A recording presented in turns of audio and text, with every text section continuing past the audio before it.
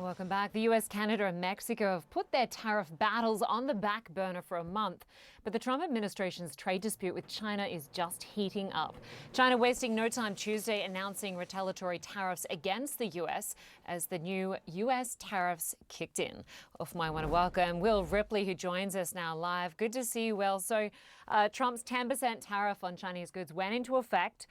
In response, China came back with tariffs, announcing that it will investigate some U.S. companies and a warning. Just take us through it. Yeah, China is essentially not just not making concessions, but they're fighting back hard, Lynda, targeting American tech with, those limits on rare mineral exports, which could potentially be a big deal for the semiconductor industry here in Taiwan. And you also have them taking this fight to the World Trade Organization and saying that this is all an American problem. President Trump, though, seems not too perturbed about it. When he was asked by reporters, he brushed this off, saying that it's fine. He's in no rush to speak with President Xi, and he thinks the U.S. will be on the winning side of this. Take a look. The retaliation from China, fast and fierce. Just minutes after President Donald Trump's sweeping 10% China tariffs kicked in, Beijing fired its own economic salvo. A 15% tax on some U.S. coal and liquefied natural gas. A 10% tariff on American crude oil, cars, and farm equipment. New export restrictions on rare minerals, vital for U.S. tech and defense. When you're dealing with the Chinese government, you really are looking to try to find a way that nobody really looks bad. With tariffs piling up and both sides digging in, all eyes are now on a crucial upcoming call between President Trump and Chinese leader Xi Jinping. That conversation could set the tone for whatever comes next, a last-minute deal or a full-blown trade war. Trump has shown himself, frankly, to be an unreliable partner. I'm not sure I'd want to invest in the United States right now if I were a foreign entity, given that these sorts of shenanigans can be on again, off again, according to the president's whim. China also announced it's going after Google, launching an antitrust investigation. Google's search engine is not available in China, but it does have limited operations there. The move signals Beijing's willingness to target major U.S. tech firms in its retaliation. One wild card in Trump's China strategy, Elon Musk. The Tesla CEO has deep business ties in China. The Shanghai Gigafactory produces a significant portion of Tesla's global output. His close relationship with the Chinese authorities could make him a pivotal figure in the unfolding trade tensions. Not only does Donald Trump think he is, I believe his wording was super genius, but we know that the PRC is also very invested in Elon Musk maintaining his business within China. China is also taking the fight to the World Trade Organization, accusing the U.S. of violating international trade rules. The Chinese Ministry of Commerce says trade and tariff wars have no winners. Trump and Xi once shared what Trump called magical diplomatic moments, from their first meeting at Mar-a-Lago to an unprecedented state visit to Beijing's Forbidden City.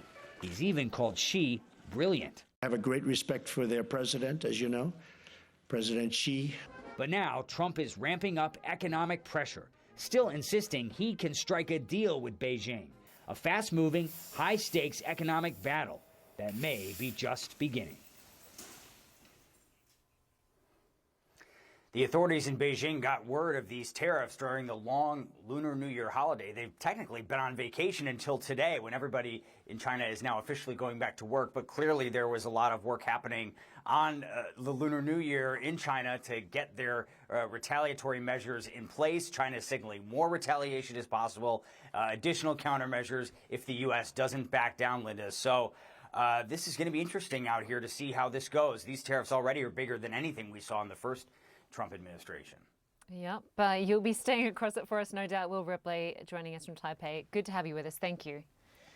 And I do want to stay on this story. I want to welcome Michael Herson, who joins us now live. He's the head of China strategy at 22V Research. He's also the U.S. Treasury Department's chief representative in China from 2013 to 2016. Good to have you with us. Great to be with you. So during the election campaign, Donald Trump threatened China with tariffs of some 60 to 100%. Right now, we're seeing 10% tariffs on $400 billion worth of goods that America purchases from China. And it's certainly less than the proposed tariffs that Trump suggested for allies Mexico and Canada. Just explain the 10%. Well, I think it's important to recognize this is sort of round one in terms of how Trump plans to deal with China. This 10% only really relates to President Trump's concerns, complaints about China's cooperation on fentanyl. We haven't even really gotten to the big show, which is what President Trump does with his trade disputes with China. So there could very well be more coming. But I think this is just an opening salvo, and to some extent is also meant to provide some wiggle room for a potential trade deal, because the president does seem to be interested in exploring that. And of course, China's response was limited, hitting just 12% of what the US sends to China each year, about $20 billion worth of exports. Why the limited response? What did you make of that? I think China's leadership is quite cautious this time around. It is a weak economy right now domestically in China. And frankly, China just does not actually import all that much from the US. So they're kind of running out of room for things to impose tariffs on, which is one reason why you've seen China take a number of other steps this week: the antitrust investigation into Google, potential restrictions on these critical minerals. I think they don't have one tool, so they have to deploy several. And in terms of other things they've announced, what more are you hearing about their investigation into Google?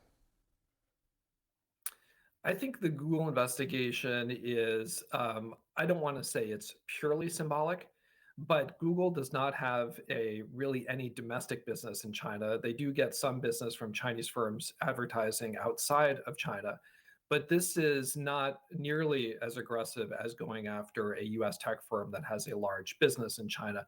For example, Apple at the most extreme. So it's a warning shot, but it is not a highly aggressive move. So do you believe that these tariff decisions by Donald Trump are undermining the rules of multilateral economic trade? I think yes, they are in a literal sense. One could also make the case that China, through its industrial policy subsidies and some other moves, has also been undermining those rules. So the global trading system, the rules-based global trading system, is under strain, and it really is coming from both countries and from some other parties as well. Michael Herson, head of China strategy at 22V Research. No doubt we'll be talking again as we see how this plays out. Thanks so much for your time. Thank you. And of course, we are awaiting that press conference from the White House with the Israeli Prime Minister Benjamin Netanyahu and the US President Donald Trump. This is, of course, his first meeting with a world leader at the White House since returning to office. We will bring you that live when it happens.